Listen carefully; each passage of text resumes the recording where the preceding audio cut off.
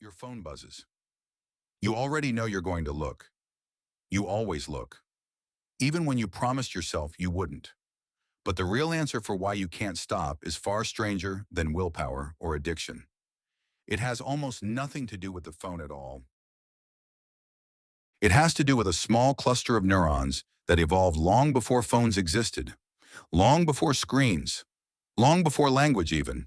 These neurons were built for one job: find food, find danger, find anything unpredictable in the environment, because unpredictable things could kill you or feed you.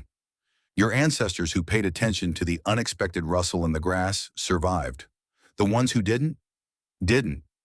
So your brain became a machine built to chase uncertainty. Not certainty, uncertainty. That distinction matters more than you think. In the 1930s, a researcher named B.F. Skinner ran a series of experiments on pigeons in boxes. He gave some pigeons a lever that dropped food every single time they pressed it. Predictable, reliable. Those pigeons pressed the lever when they were hungry and stopped when they were full. Simple. Then he changed one variable. He made the lever drop food at random intervals, sometimes after one press, sometimes after 20. No pattern the pigeon could learn, and something strange happened. Those pigeons didn't press the lever less. They pressed it obsessively. They pressed it long after they were full. Skinner had accidentally discovered one of the most powerful behavioral forces ever documented. He called it variable ratio reinforcement. You might know it by a more familiar name: the slot machine effect. Here's the part that should unsettle you. Your phone runs on the exact same mechanism. Every time you unlock your screen, you don't know what's waiting. Maybe it's nothing. Maybe it's a message that changes your whole day. Maybe it's 50 notifications. Maybe it's zero. That uncertainty is not a bug in the design. It is the entire design. Decades after Skinner's pigeons, a neuroscientist named Wolfram Schultz studied something even more revealing. He found that dopamine, the chemical everyone blames for addiction, doesn't spike most when you receive a reward. It spikes hardest in the moment right before you know whether you'll get one. Read that again. The peak isn't the reward. The peak is the anticipation of the reward, which means the second before you glance at your phone, your brain is already lit up.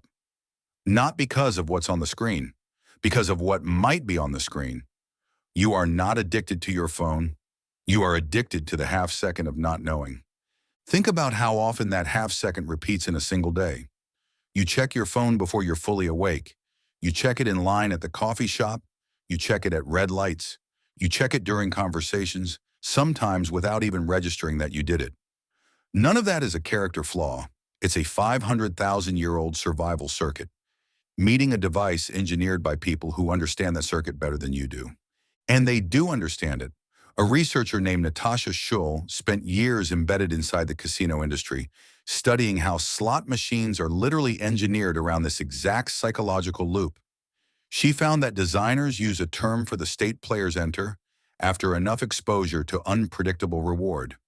They call it the machine zone, a state where the player isn't even trying to win anymore. They're just trying to stay in the loop because the loop itself feels necessary. Does that sound familiar? Because tech designers studied casinos closely. The infinite scroll, the pull to refresh gesture that mimics a slot machine lever.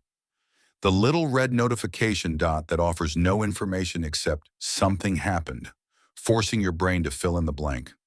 None of it is accidental. All of it exploits the same uncertainty circuit that once helped your ancestors survive predators. Here's where it gets stranger, though. This isn't just about apps preying on weak-willed people. This is your baseline operating system. Every human brain runs on this circuit because every human brain was assembled by the same evolutionary pressure.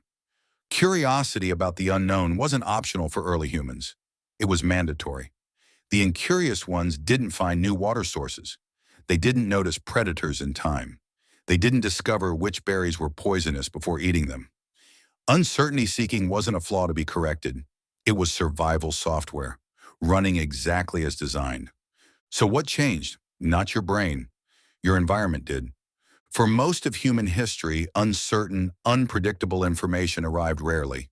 A stranger passing through your village, a change in weather, a hunt that could go either way. Your dopamine system evolved to spike a handful of times a day, tied to genuinely significant unknowns. Now that same system fires dozens, sometimes hundreds of times a day, tied to almost nothing. A like, a text, a headline. The circuit hasn't changed in 500,000 years. The frequency of what triggers it has changed by orders of magnitude. Imagine explaining a smartphone notification to someone from 10,000 years ago. You'd have to explain that a small glowing rectangle in your pocket buzzes to tell you that an unknown quantity of unknown information from an unknown number of people might be waiting for you, and that your body responds to this exactly the way it once responded to a rustle in tall grass. They'd probably ask you why you don't just look every time. You do. That's the whole point. There's a reason this matters beyond curiosity about your own habits. Understanding where the pull comes from changes what you can actually do about it. You cannot out-willpower 500,000 years of evolution. Nobody can, but you can change your relationship to uncertainty itself. Turning off notifications doesn't remove your curiosity circuit. It removes the trigger that circuit is currently, constantly responding to. Silencing the buzz doesn't silence the ancient need to know. It just stops feeding it something to chase every few minutes. Some researchers studying digital habits point to a simple test. Try leaving your phone in another room for 1 hour. Notice what happens in your body, not your thoughts. Your body. A faint restlessness. An urge to check, even though there's nothing external prompting it. That restlessness isn't weakness. It's the same circuit that once kept your ancestors scanning the horizon for movement, now scanning a void with no horizon to scan. Here's the twist most people never consider. The unknown information waiting on your phone is almost never as significant as the unknown information your ancestors were built to detect. A predator in the grass could end your life. A text message almost never can. But your dopamine system doesn't grade the stakes. It only registers the uncertainty. To your ancient brain, checking your phone and scanning for a predator register is nearly the same event. Same chemical, same anticipation, wildly different stakes. That mismatch is the real story here. Not that you're weak, not that technology is evil, but that a survival mechanism built for scarce, high-stakes uncertainty is now being triggered constantly by manufactured low-stakes uncertainty, and your body can't tell the difference. So tonight, when your phone buzzes on the nightstand, notice what happens in the half-second before you reach for it. That feeling isn't new. It's ancient. It's the same alertness that once kept a version of you alive in tall grass, under an open sky, with no idea what was coming next. The device changed. The chemistry didn't. You're not failing to control yourself. You're listening to the oldest voice in your body, the one that never stopped whispering that the next unknown thing might matter. It usually doesn't anymore. But your phone buzzes and you already know you're going to look. If you like this video, make sure to like and subscribe for more.